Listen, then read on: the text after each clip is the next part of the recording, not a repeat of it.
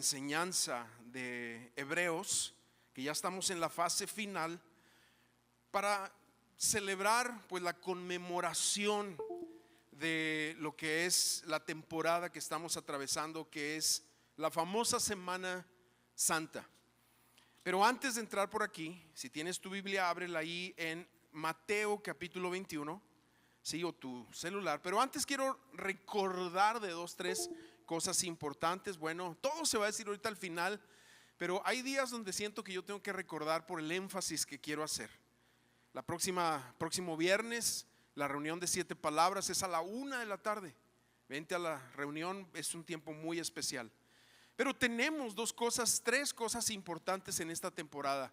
Bueno, ya viene el retorno de los grupos de matrimonios en hogar y es necesario que te inscribas porque conlleva un material.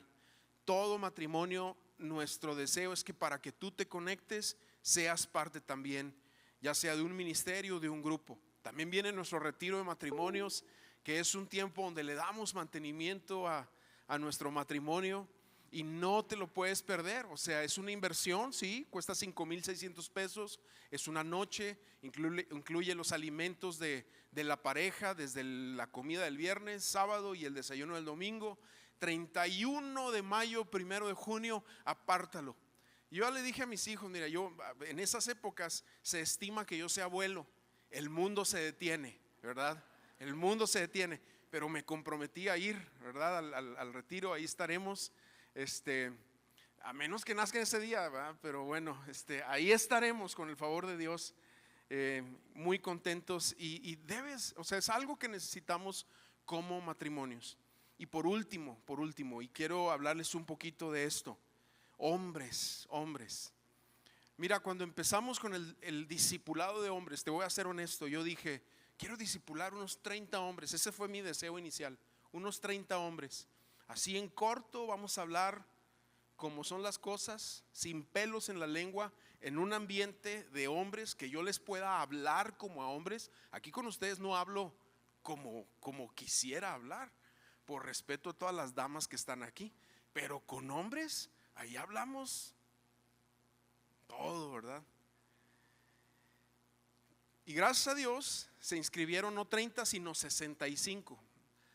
Ese fue el discipulado pasado. Dijimos, bueno, vamos a darle un tope de 90 hombres, pero ahorita van como 140 hombres. ¿Por qué? Porque hay una necesidad actual. Si el hombre toma su lugar, todo alrededor se va a arreglar. Los grupos de matrimonios van a mejorar, la iglesia va a mejorar. ¿Por qué? Porque si nosotros como hombres tomamos la responsabilidad, cosas van a suceder. Mujeres, animen a sus hombres.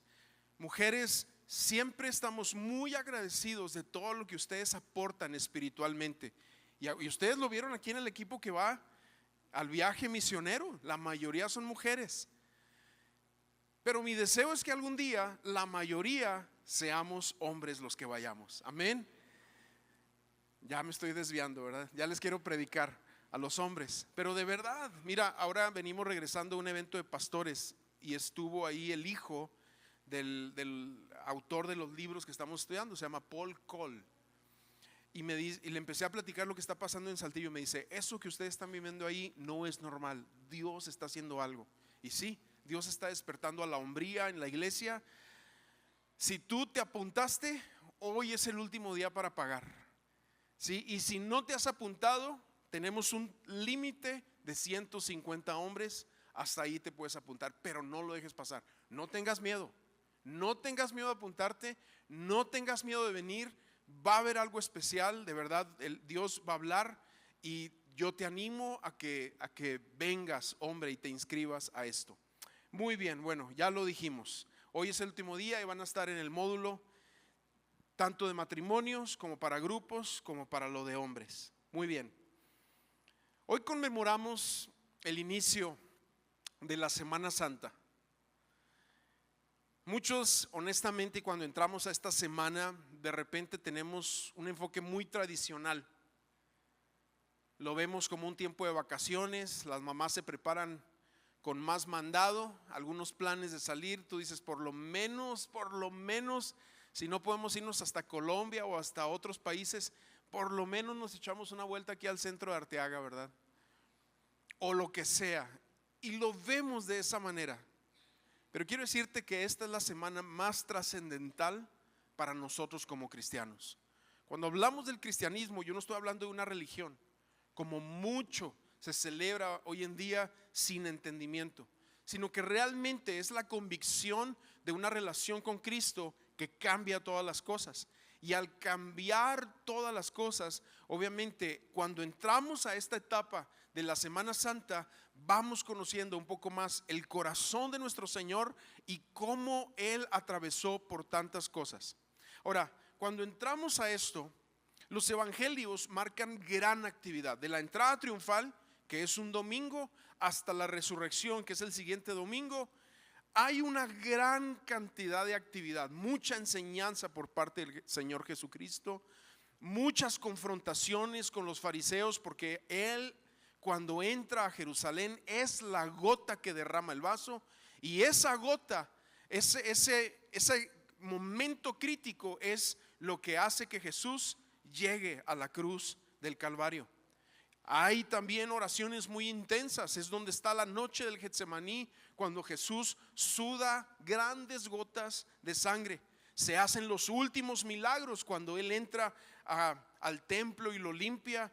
Y finalmente llega el día del sacrificio, claro, después de atravesar la Pascua, el Shabbat nacional, sin confundirlo con el día sábado. El Shabbat nacional se efectúa con sus discípulos, la última cena. Después viene, conocemos la sepultura y la resurrección.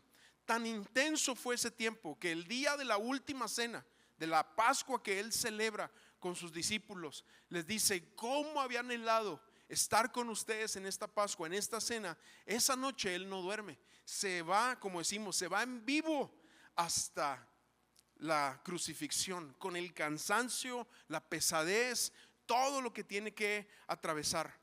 Y los evangelios le dedican, cada uno de ellos, por lo menos los que menos, 25% de sus páginas a esta última semana, y otros como el Evangelio de Juan le dedica casi el 50% de sus páginas a este momento de la última semana de nuestro Señor Jesucristo. Hay muchas cosas sucediendo alrededor de Jesús, muchas cosas en esta última semana, pero yo me quiero enfocar en el día, en el domingo que Él entra a Jerusalén, y las 5 cosas que nos marca la palabra de Dios que suceden alrededor de ese evento. 5 cosas claves que tengo en mi corazón hablarte, y que creo que también pueden traer algo a nuestras vidas y mucha revelación de lo que está sucediendo. Así que permíteme orar y entramos a lo primero. Señor, gracias. Tú estás en medio de nosotros, te adoramos, Jesús. Gracias por tu sacrificio, por tu obra, por lo que hiciste. Gracias por tu provisión. Tú eres el pan del cielo que ha bajado para que al comerlo seamos salvos, y tú eres el vino nuevo que refresca nuestra alma, alegra nuestra alma. Hoy queremos tomarte también a ti. Gracias, Señor, en el nombre de Jesús. Amén, amén. Lo primero que sucede es que los evangelios registran que Jesús, en el camino a Jerusalén, a la última semana, anuncia por última vez a sus discípulos su muerte. Ahora, tú y yo, obviamente, al leer los evangelios, hemos visto muchas veces toda la actividad, todo lo que sucede, y leemos todo, pero los discípulos, cuando escuchan de que Jesús va a morir y va a resucitar, se bloquean y no llegan a comprender completamente todo lo que significaba este hecho. Fue llevándolos progresivamente, así como cuando tú le tienes que dar una noticia a alguien, tú se lo das en gotero. Si eres sensible, ¿verdad? Algunos médicos son muy sensibles y fíjese que usted tiene esto, pero algunos parece que son veterinarios y le hablan a la gente muy duro y le dejan caer las noticias muy duro. Y algunos tendrán sus teorías, respetando toda la comunidad de médicos que tenemos entre nosotros, obviamente, pero Jesús progresivamente va dando la noticia. Y en esta última ocasión le dice que no nada más va a padecer por los escribas, los fariseos, los líderes religiosos judíos, sino también por los gentiles. O sea que va a pasar a manos de los romanos y ellos se iban a burlar de Jesús. Y eso está en Mateo capítulo 20. Ahí comenzamos cuando él anuncia su muerte por última vez. Y en el capítulo 20 versículo 17 dice: cuando Jesús iba subiendo a Jerusalén, tomó aparte a los 12 discípulos.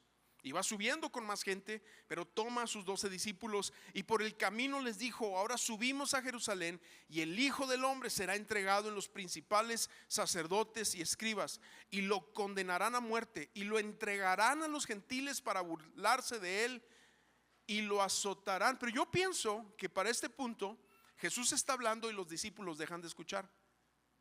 Leo el pasaje: y si lo azotarán, lo crucificarán, pero al tercer día resucitará. Pero los discípulos lo escucharon más o menos así: el Hijo del Hombre será entregado a los principales sacerdotes y escribas y lo condenarán a muerte y lo entregarán a los gentiles para burlarse de él y lo azotarán y lo crucificarán. Y se perdieron. Porque tú y yo leemos el pasaje y decimos: va a resucitar. Resucitó y se llena nuestro corazón de amor y de esperanza. Pero ellos, cuando lo están escuchando de los mismos labios, de la lengua de Jesús, obviamente se bloquean y ya no entienden lo que está pasando. ¿Y por qué te digo que no lo entienden? Por todos los eventos a continuación. El hecho de que cuando agarran a Jesús, todos los discípulos se dispersan.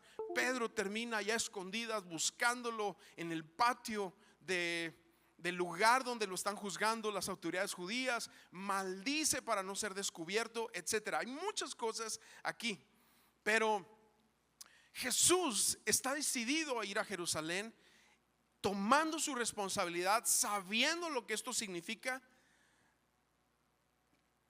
y glorificar a Dios en medio de todo esto. Uno de los salmos que están en Isaías, en los cantos de Isaías, son cantos proféticos acerca de Jesús, dice esto: Isaías 57: el Señor Dios me ayuda, por eso no soy humillado. Esto se refiere a Jesús y a ese día que iba subiendo a Jerusalén. Dice: por eso he puesto mi rostro como pedernal y yo sé que no seré avergonzado. Hay una parte en los evangelios donde dice que cuando Jesús sube a Jerusalén, dice que afirmó su rostro. O sea, dijo: ok, es lo que toca, a eso voy. Y afirma su rostro y entra a Jerusalén. Y aquí vemos cómo Isaías nos habla de que él se prepara en esto. Y mira, a mí me habla esto de que hay cosas en nuestra vida que nosotros tenemos que abordar.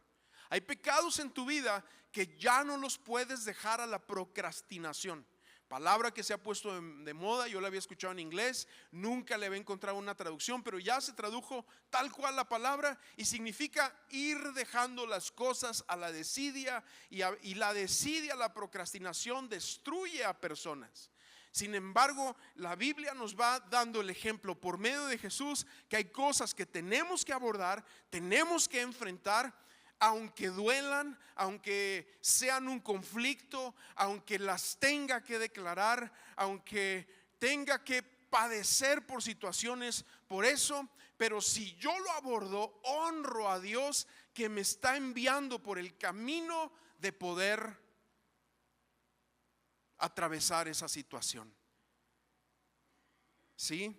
Así que postergar responsabilidades o postergar temas que tenemos que confrontar no evita el dolor que más adelante va a venir.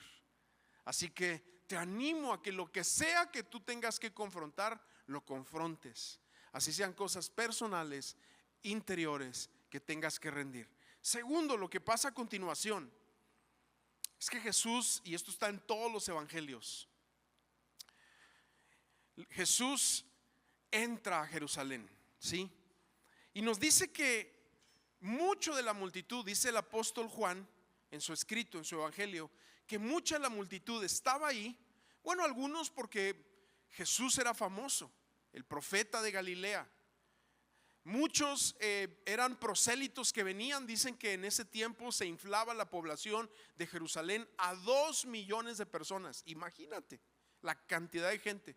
Pero también la Biblia nos dice Juan, que mucha de la gente que estaba ahí estaba porque unas semanas antes Jesús había sanado a Lázaro, y cuando entra a Jerusalén, mucha de la gente que sabía de lo que había pasado con Lázaro está siguiendo a Jesús. Algunos pensando, este es el rey, este es el que nos va a liberar, ahora sí, por fin. Ya no es uno más que se levanta haciendo un ruido, sino es alguien que realmente nos va a liberar de la bota romana. Sin embargo, Jesús venía en esta ocasión para liberarnos del primer problema que nos aqueja, que es el pecado y la muerte, la cautividad al pecado. Eso es lo primero en lo que nos libera. Pero más adelante dice Apocalipsis que Él sí regresará ahora para gobernar sobre las naciones. Sin embargo, centrándonos en esta entrada triunfal, Mateo 21, versículo 1, empieza aquí diciendo: cuando se acercaron a Jerusalén y llegaron a Betfagé, junto al monte de los olivos, Jesús entonces envió a 2 discípulos diciéndoles: vayan a la aldea que está frente a ustedes y enseguida encontrarán a una asna atada y a un pollino con ella. O sea, la mamá y el cachorrito, el pollino, el burrito. Desátenla y tráiganlos a mí. Jesús cuando entra montado en el pollino, pero con la mamá a un lado. O sea, iba con 2 burritos, nada más que él montado en el pollino. Que ya eso es un milagro, porque un animal de carga que no ha sido quebrado no se puede montar. Pero Jesús se monta en él y en paz entra a Jerusalén. Todo un tema. Ahora dice: y si alguien les dice algo, digan, el Señor los necesita y enseguida los enviará. Esto sucedió para que se cumpliera lo que fue dicho por el profeta cuando dijo: digan a la hija de Sión, mira, tu rey viene a ti, humilde y montado en un asna y en un pollino, hijo de bestia de carga. Eso está en Zacarías 9:9 y es algo que todos los evangelios lo repiten como el cumplimiento profético de lo que está sucediendo. A continuación, pusieron sobre ellos sus mantos y Jesús se sentó encima. La mayoría de la multitud tendió sus mantos en el camino y otros cortaban ramas de los árboles y los tendían por el camino. Y las multitudes que iban delante de él y las que iban detrás gritaban: Hosana al Hijo de David. Hosana al Hijo de David. Eso significa: ya sálvanos, sálvanos, Hijo de David. El Hijo de David es una mención más militar y política, ¿sí? Dentro del título mesiánico, porque es lo que la gente veía. Por favor, ayúdanos en nuestra aflicción, ayúdanos en esta dictadura, ayúdanos en esto que está atravesando, ¿sí? Y luego dice: bendito aquel que viene en el nombre del Señor, hosana en las alturas. Cuando Jesús entró en Jerusalén, toda la ciudad se agitó y decían: ¿quién es este? Todo el mundo se preguntaba, y las multitudes contestaban: este es el profeta Jesús de Nazaret de Galilea. Pues hay muchas cosas sucediendo, como tú puedes ver. Lo primero que quiero decirte es que los asnos, aunque son para nosotros animales de carga y de poco nivel, a lo mejor tú dirías: hubiera escogido un corcel blanco. Es que el corcel blanco es para la segunda venida. Pero la realeza israelí se montaba en burros y era una señal de realeza, precisamente de eso. Eso está en Primero de Reyes. Y muchos, lamentablemente, en esto que estamos leyendo, en esta entrada triunfal que se le llama, buscaban a un milagrero, buscaban a alguien que les hiciera un milagro. Sabes que los milagros atraen a muchos, pero no cambian el corazón. Y no lo digo como alguien que no entiende la misericordia que hay detrás del dolor, porque si alguien necesita un milagro, su desesperación es impresionante. Pero cuando nosotros cambiamos el hambre de Jesús por ver un toque, por percibir algo, entonces se mueve la motivación, se mueve la intencionalidad y nos equivocamos, poniendo los ojos entonces en el milagro y quitando los ojos del Señor Jesucristo. Pero sucede algo después de esto que nos confirma lo que estamos hablando, porque en Lucas, y Lucas es quien mete este comentario, nos dice que cuando Jesús llega a ese lugar, antes de que acontezca todo lo que acabamos de leer, dice que clama sobre la ciudad, clama sobre Jerusalén, viendo en dolor lo que estaba sucediendo hacia adentro de sus corazones, en medio de la gente, pero también proféticamente en lo que iba a venir. Eso está en Lucas 19:41 y dice: cuando Jesús se acercó, al ver la ciudad, lloró sobre ella diciendo. Ahora escúchame bien, Jesús nada más llora dos veces. Una cuando su amigo Lázaro muere por el impacto de la muerte en el ser humano, y la segunda es esta. ¿Y por qué llora? Porque ve a una multitud descarriada, a una multitud que está perdida en idolatría. Es muy triste. Yo no sé si alguna vez te ha tocado ir a Israel, pero es hermoso, es una experiencia que yo digo, por lo menos alguna vez en tu vida la deberías de vivir, es muy bonito. Pero es muy doloroso ver la cantidad de idolatría que hay. Hay una porción donde se dice que está el lugar donde Jesús fue sepultado, y tienen ahí una piedra que ahora ese lugar está bajo la iglesia ortodoxa. Ellos pusieron una gran iglesia ahí, pero a mí me tocó entrar, y cuando entré había una multitud tan grande que no podías ni caminar. A mí nunca me pasan estas cosas, pero ese día empecé a sentir que la respiración me faltaba de la cantidad de gente que había. Y una de las cosas que me dolió tanto es que había la piedra donde supuestamente pusieron a Jesús, y muchas mujeres peleándose por besarla, por besar esa piedra. Y tú dirás: es que son lugares santos, es que son objetos nada más, hermano. Ya dejaron de ser lugares santos. Ahora la santidad ha pasado a nuestro corazón, y Él quiere que tú y yo entendamos esto. Pero ver esa clase de multitud que se balancea de un lado a otro para poder obtener algo y no a alguien, esa idolatría es dolorosa.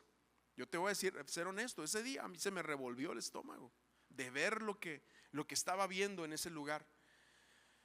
Pues aquí Jesús, al ver a Jerusalén, llora sobre ellos y le dice: si tú también hubieras sabido en este día lo que conduce a la paz,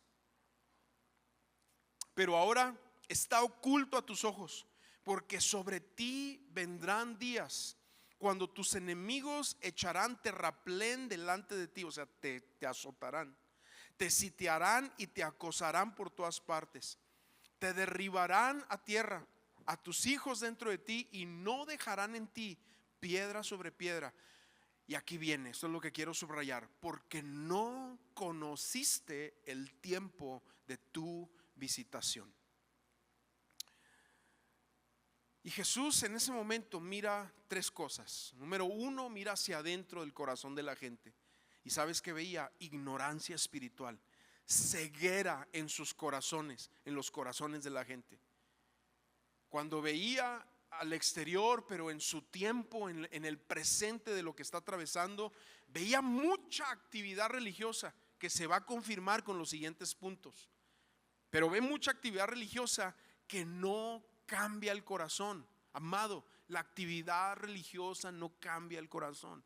Es Cristo quien nos transforma, es su palabra que nos transforma, no toda la actividad.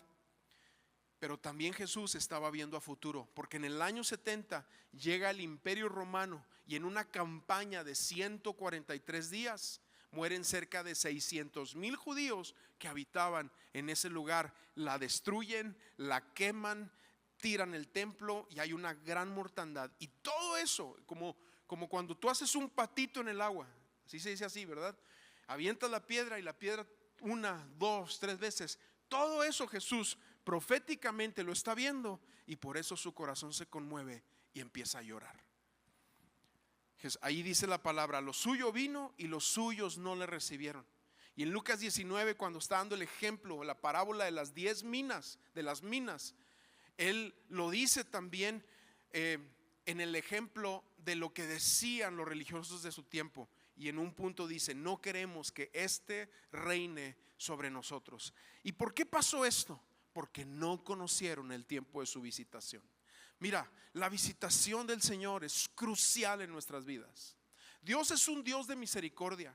Dios es un Dios que se mueve en mucha paciencia para nosotros. La Biblia dice en 2 de Pedro 3:9, dice que Dios no quiere que ninguno perezca, sino que tiene mucha paciencia para que nos acerquemos a Él, para que nos arrepintamos, para que entendamos, te estoy parafraseando, el tiempo de nuestra visitación. Visitación es cuando los cielos se abren y algo sucede en nuestra vida, algo sucede como iglesia, pero podemos ser distraídos de la visitación de Dios por la religiosidad, por la actividad, por el afán, por mil cosas.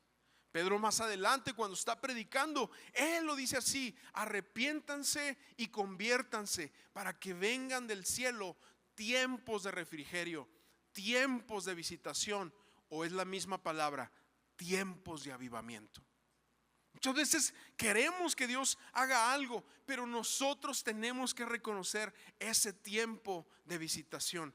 Podemos vivir en la misericordia de Dios, pero Dios no nada más quiere que vivamos en su misericordia, sino que vivamos también en el tiempo donde Él nos va a hablar y nosotros vamos a responder, y cosas van a pasar, cosas se van a romper, cosas se van a caer por reconocerlo a Él en nuestras vidas. Ahora, ¿qué pasa después de esto? Y siendo fiel al proceso que Jesús lleva, lo segundo que sucede es que después de bajarse del burrito, dice la palabra que entra al templo, ¿sí? Versículo 12, ahí empieza, de Mateo 21, empieza esto. Empiezan dos actos de juicio que tienen que ver con Israel, pero que también nos impactan a nosotros. Y es, ya te dije, la limpieza del templo, y segundo, la maldición de la higuera. Vamos a ver el primero. ¿Qué hace Jesús? Confronta a los mercaderes, a los cambistas. Esta es una figura profética de sus prioridades, de las prioridades de nuestro Señor Jesucristo. Lo primero que hace es limpiar su casa, porque, amados, el juicio siempre empieza con su casa. Cuando hablamos de juicio, no significa que el Señor traiga una espada y corte cabeza, sino que traiga su espíritu, y su espíritu trae convicción para que nuestro corazón empiece a responder en obediencia a lo que Él quiere hacer. Ahora, ¿qué había pasado en ese lugar? El templo se había profanado por el tremendo negocio religioso que se hacía. Que yo te decía, es algo que duele cuando tú vas a Israel. Se disfruta mucho, pero no importa tour que tomes, lugar que visites, lugar que atravieses, todo termina en una tiendita. Todo. Hasta cuando vas a Belén, te venden la leche de María en un frasquito. En serio, no estoy jugando, es la verdad. No se te ocurre meterte al centro de la ciudad antigua, los que han ido por ahí, te pones a negociar, y los niños desde 12 años son unos negociadores, como todo buen habitante de Medio Oriente, pero ávidos y despiadados, que, como lo dije en la primera reunión, muchas veces se jactan de eso, pero muchas veces lo único que revela es una profunda codicia, y eso lo veía Jesús también. Fíjate lo que dice aquí. Cuando Jesús entra a ese lugar, les dice: escrito está, mi casa será llamada casa de oración, pero ustedes la están haciendo cueva de ladrones. Ahora, también yo quiero hacer algo aquí, un ejercicio, porque a lo mejor tú dices: oye, pero es que si nosotros vendemos donas allá al final para ayudar a los de misiones, oye, y si tiene costo el libro del discipulado, oye, entonces no estamos haciendo también. No, es que Jesús no está, son dos cosas totalmente diferentes. Esto te lo tengo que explicar. ¿Qué es lo que está pasando aquí? Que los religiosos se estaban escondiendo detrás de toda esta actividad que estaba sucediendo. Fíjate, yo te decía ahorita que esto comenzó como ayuda a todas las personas foráneas que venían a Jerusalén a ofrecer sus sacrificios en los tiempos de Jesús. Venían gente desde Italia, posiblemente gente desde España, del norte de África, de lo más lejano en cuanto a Medio Oriente venían, y esta era una semana, la de Pascua, que por lo menos trataban de venir una vez en su vida y estar en Jerusalén. Si no se podía la semana, trataban de estar 50 días previo a la Pascua hasta el Pentecostés. Ya te decía que se inflaba la población de Jerusalén, se dice que hasta 2 millones de personas. Pero toda esta gente que venía lejos no podía cargar con los sacrificios, no podía traerse el carnero, la oveja, lo que se fuera a ofrecer. Entonces, ¿qué hacían? Los sacerdotes dijeron: pues entonces nosotros vamos a vender los sacrificios. ¿Y qué pasaba? Se generaba una extorsión por la venta de los animales para que los pudieran sacrificar, que la persona, en lugar de venir a ofrecer el sacrificio con el corazón correcto, ya llegaba enojado porque aquel lo había transeado y había perdido no sé qué tanto, y se desvirtuaba totalmente el significado de lo que estaba sucediendo. Ahora, Jesús dice: mi casa será llamada casa de oración, pero ustedes la han hecho cueva de ladrones. Aquí está pasando dos cosas. Primero, Jesús está declarando que Él es Dios, que Él es el Señor, porque esta escritura misma en Isaías 56:7 es Dios hablando por medio del profeta, diciendo: yo soy Dios y mi casa será llamada casa de oración para todos los pueblos. Y cueva de ladrones, porque la cueva es donde los ladrones se escondían en aquellos entonces. Pero muchos religiosos usaban esas actividades del templo para cubrir sus pecados. Ahora, ¿qué es lo que el Señor define por su casa? Cuando leemos esto, aquí mismo define lo que debe de ser su casa. Primero, ya lo leímos: mi casa será llamada casa de oración a las naciones. Su casa, su iglesia. Por cierto, la iglesia no es un edificio. Jesús lo que está diciendo cuando llora es que todo lo que ellos ven se va a destruir. Sin embargo, le llama casa no a lo que se va a destruir, sino a aquellos que lo están reconociendo como el Mesías. ¿Por qué? Porque, amado, esto no es la iglesia. Estos son edificios, estas son paredes, estos son fierros, estos son cables, que cómo se batalla con ellos. Ustedes no se dan cuenta todo el batallar para que ustedes se puedan sentar aquí tranquilos el domingo. Para que llegue el domingo. Ayer hubo un problema con la electricidad, el otro día hubo un problema con quién sabe qué cosa. Aquí está Rubén diciendo sí, porque pues es el encargado de esto y sabe todo lo que cuesta estas paredes. Y ya le he dicho, si algún día nosotros nos vamos de aquí y un antro lo renta, va a ser un antro y hasta posiblemente les va a ir bien. No es profecía, pero esto no es la iglesia, esto no es la casa del Señor, hermano. Yo crecí en una iglesia así.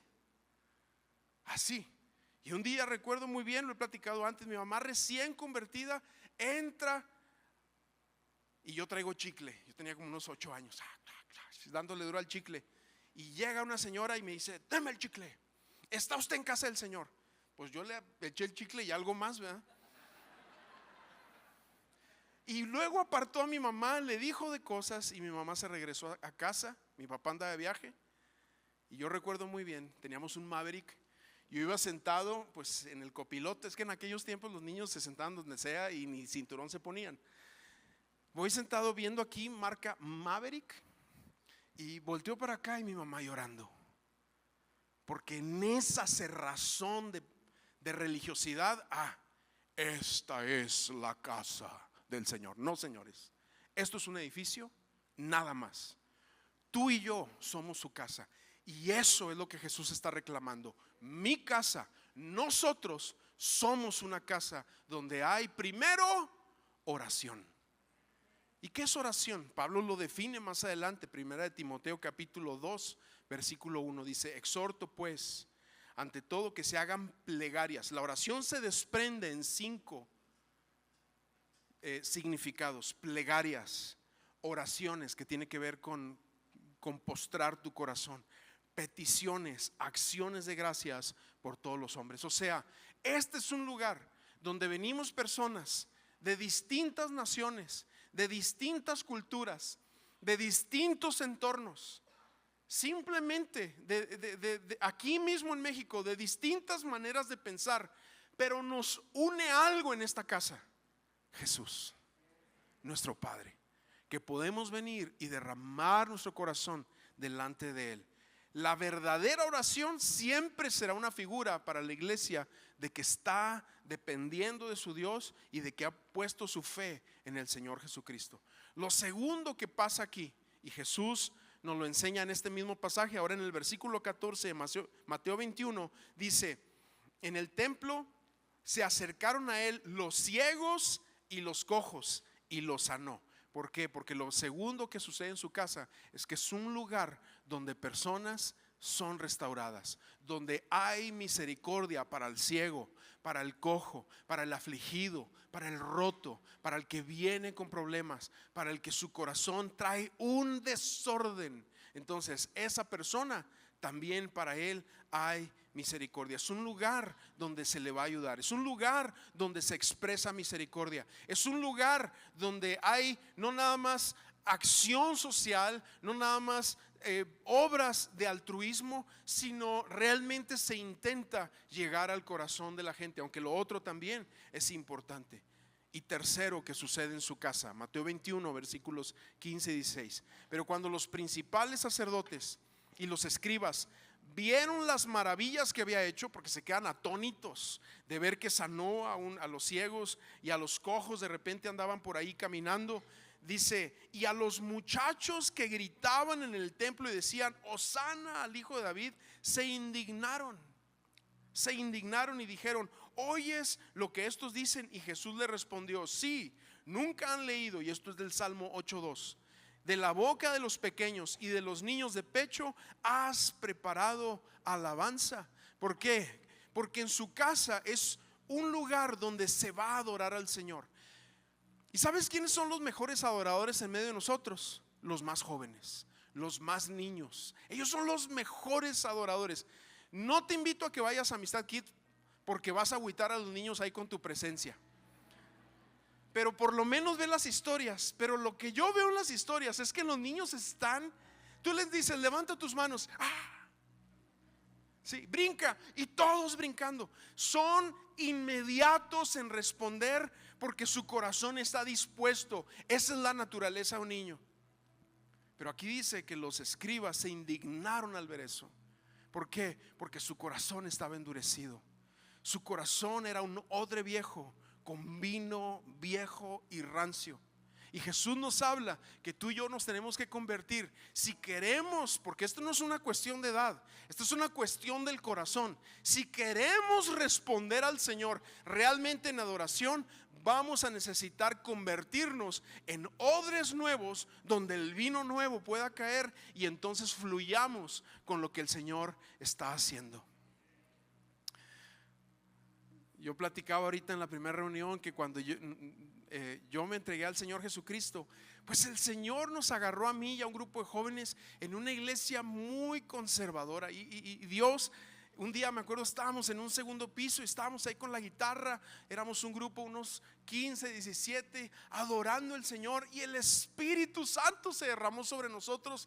Ahí estamos todos tirados, hablando en lenguas, llorando, nos quedamos ahí por horas. Nos levantamos y en la ignorancia de jovencitos empezamos a hacer locuras. Entonces dijimos: vamos a ungir la iglesia. Y agarramos, fuimos a una tienda, no había Oxxos en esos tiempos. Van a decir ustedes: pues ¿de cuándo eres? Pues del tiempo de algunos de ustedes, no se hagan. Fuimos y compramos un aceite capullo y según nosotros ungimos la iglesia. Quedaron nuestras manos pegadas. Ungimos los himnarios. Imagínate, el himnario es como lo más santo en las iglesias tradicionales. Quedaron todos embarrados de aceite. Obviamente al siguiente día, porque eso fue un domingo en la tarde, está el pastor en la casa y mi papá. Nos metieron una regañiza, pero de esas buenas. Pero el corazón estaba encendido. Y son locuras, y no lo hagan. No quiero manos aquí, ¿verdad? Así. Y sé que son locuras y cosas extremas, pero estos jóvenes empiezan a gritar, estos muchachos empiezan a gritar: Hosana al Hijo de David. Empiezan a adorar al Señor, pero los que se indignan son los de corazón viejo, rancio. Por eso yo te animo cada vez que vengas aquí, adora al Señor, porque su casa es un lugar de adoración. Es un lugar para que no tengamos caretas, para que tú te quites tu manto de ingeniero, de médico, de hombre de negocios.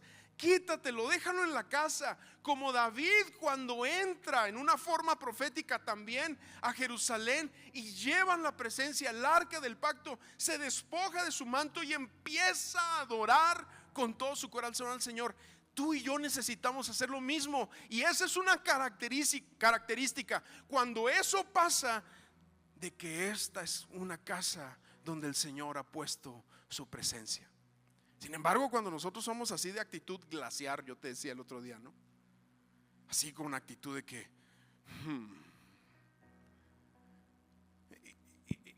yo lo que no entiendo, bueno, mejor no lo voy a decir.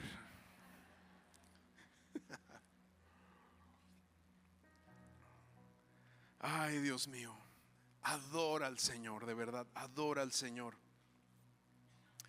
Es lo tercero que hay ahí, adoración.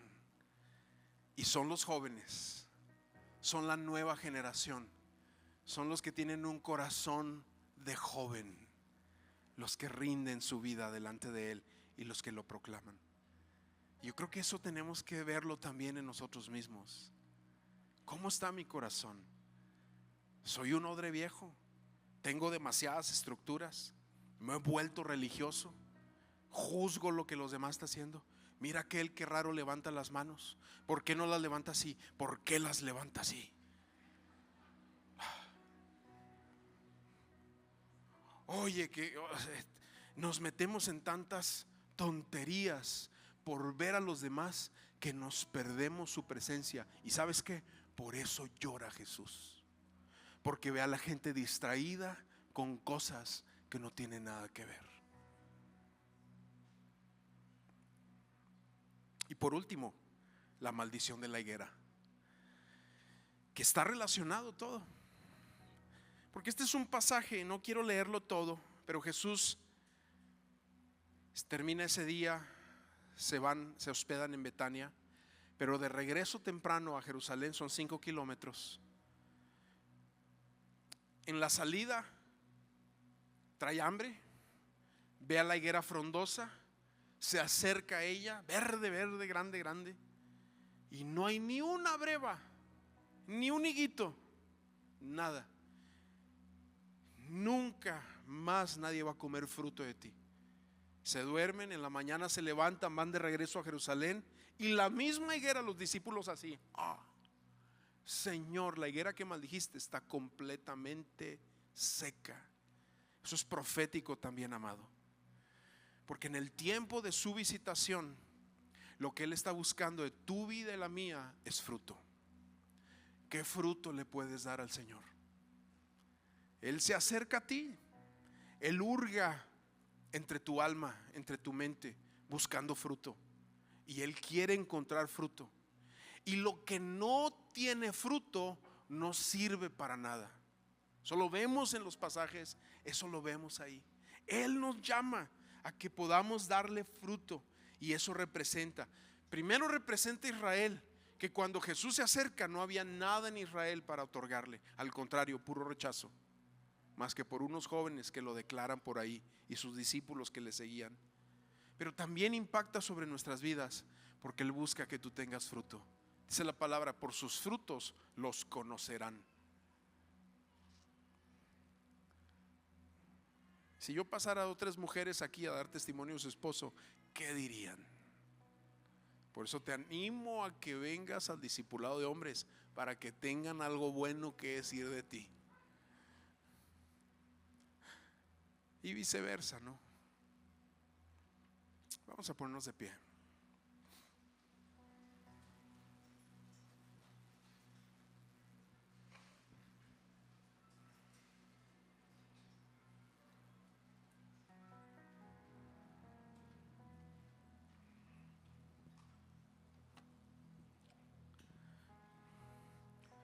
Esta semana, además de tiempo libre y poder salir un poco, y a lo mejor algunos de ustedes ni descanso tienen, Tú dices, yo tengo chamba igual, o algunos sí tendrán sus días de vacaciones. Medita en esto, medita, Señor, si soy tu casa, como casa estoy limpio, estoy. El viernes que vengamos a la 1, a las 7 palabras, tomaremos Santa Cena. Vente, hora antes de venir y vamos a dedicarle este tiempo al Señor. Pero en todo esto que estamos atravesando, que el Señor, al acercarse a ti, pueda encontrar fruto, pueda encontrar amor, bondad, paz, pueda encontrar de su espíritu en ti, de sus dones fluyendo para servir a la iglesia. Amén. Cerremos nuestros ojos un momento. Dile, Señor, aquí está mi vida, te deseo. Ven, límpiame como aquel día limpiaste tu casa. Encuentra en mí oración, misericordia, adoración. Me rindo, nos rendimos Jesús. Nos rendimos a ti, Jesús. Nos rendimos a ti, Jesús. Te adoramos, adóralo ahí un momento más. Adóralo, adóralo, adóralo. Te deseamos, Jesús. Te deseamos. Somos tu casa. Hoy te deseamos, Jesús. No quiero nada más. No quiero a nadie más. Quiero a Cristo.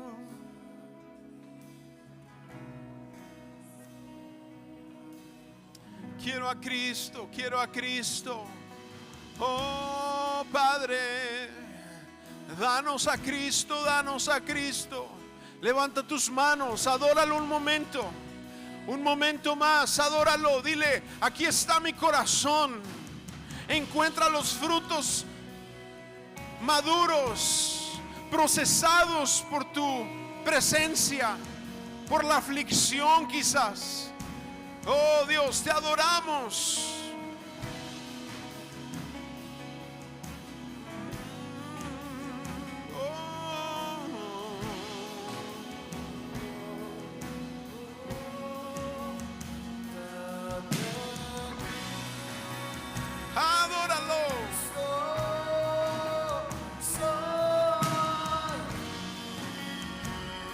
Responde a Él, iglesia.